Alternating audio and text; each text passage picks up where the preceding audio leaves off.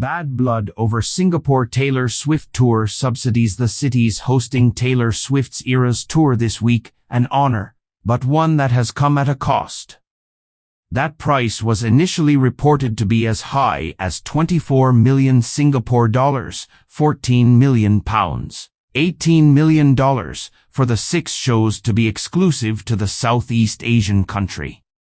Culture Minister Edwin Tong has since told Singapore's CNA the figure was nowhere as high, although he still refused to be drawn on the exact figure. The broadcaster, however, suggested it may have been just 2 million Singapore dollars for all 6. But the fact any money had been spent only came to light after an outburst from the Prime Minister of Thailand, who accused Singapore of paying concert organizers $2 to $3 million per night. That triggered criticism across the region. In the Philippines, a lawmaker criticized the move, saying, "This isn't what good neighbors do," and called for a formal protest against the grant. But while governments are seeing red, it's the fans who are paying the price, literally. Swift is heard everywhere across Southeast Asia, home to roughly 700 million people, from alleyways in Ho Chi Minh to taxicabs in Bangkok. So for many it was a punch in the guts to learn all 6 shows would be held in the region's most expensive city. Singapore's currency, one of the strongest in Asia, has long been a deterrent for visitors. But for a chance to see their idol, many of her fans are willing to grin and bear it. Flightloads of fans have been touching down at Singapore's Changi Airport all week, many coming from China and its territories. Swift isn't playing in China, so Singapore is the next best thing for many. One woman flying in from Shenzhen told the BBC she and her friend had spent 1,200 Singapore dollars each on tickets alone. They've resorted to camping at a friend's house after hotel rates across the city surged. On the luxe end of things, the city's landmark hotel Marina Bay Sands has sold out of its 50,000 Singapore dollar Swift packages, which included 4 VIP tickets and a 3-night stay in a suite. Then there's 22-year-old Alan Dunca in the Philippines, who scraped together his wages to take him and his mother to Singapore. This Thursday, they'll take a 4-hour bus ride to Manila, stay at an airport motel for the night, then grab their dawn flight the next day. The enterprising student snapped up the travel package back in July. He eventually tracked down the tickets on a resale night after weeks of desperate hunting. "I am very lucky," he says of the 400 Singapore dollar outlay for seats in the nosebleed section. The seller was kind and not a scalper. Resales now are going for thousands. And he had almost fallen for a scam, a shady character named Pat Steve, later exposed online. He estimates the whole endeavor is costing him 2,000 Singapore dollars, the monthly income of an upper-middle-class family in the Philippines, a country where 1/5 of the population lives under the poverty line. "Right now, I'm a student with a part-time job and I can afford my wants and needs. But it's sad. Other Swifties don't have any means or budget to watch her overseas, and I know most Filipino Swifties love her so much." The Philippines arguably has the most ardent Swift fan base. Spotify data showed Quezon City in Manila had played the most streams of the singer last year.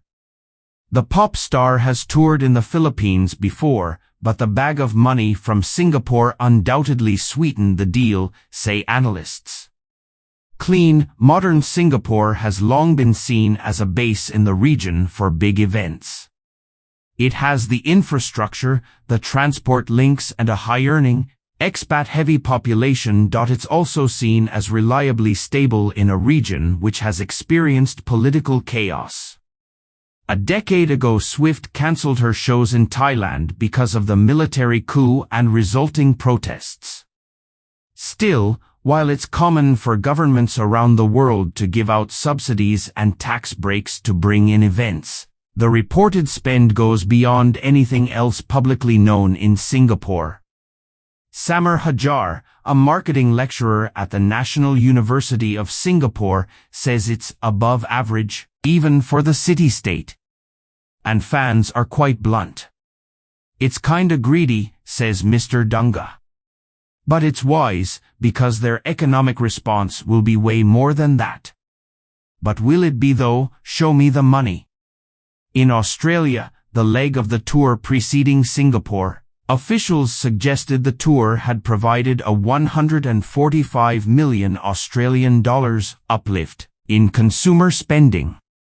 More than 570,000 tickets were sold across 7 nights in Sydney and Melbourne, nearly double the number sold for Singapore's 6 shows. But not all of that money counts, says economists.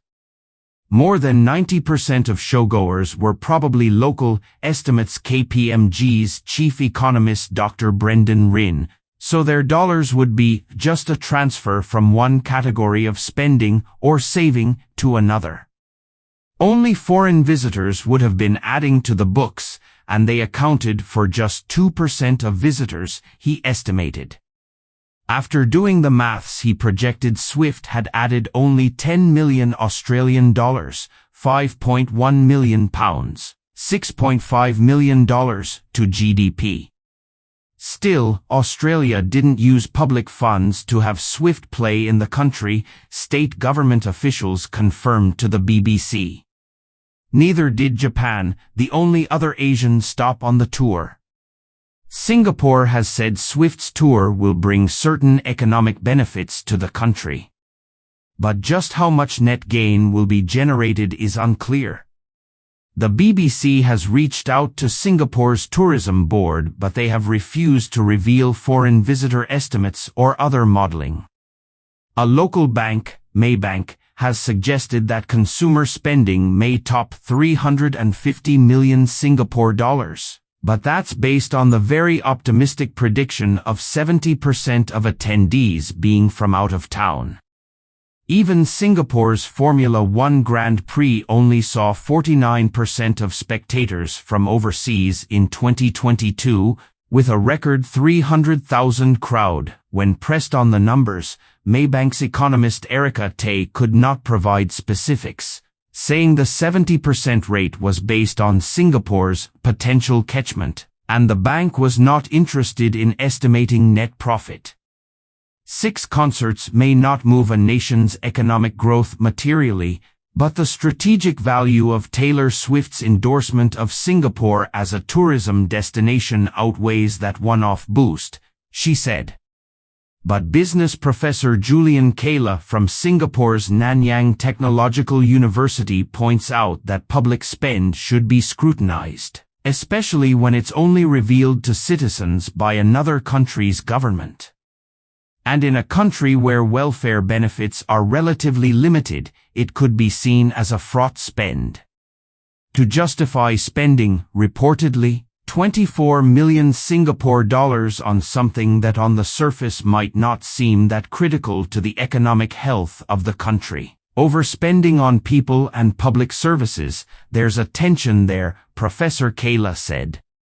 Nonetheless, he and others say that when it comes to planning tourism, governments have mandate to throw around money, and Singapore isn't an exception. They don't necessarily like to advertise it. But the minute the government sees something that fits into a long-term strategy, it will sink government money in to support that, he says. In a way, Singapore has just brought in Swift the same way it currently attracts huge multinational corporations. What's different here is that Taylor Swift as a business is a very emotional business, he said. It's dealing with the emotions of 10 to 18-year-olds who are very sad to not see the concert happening in Bangkok or Jakarta.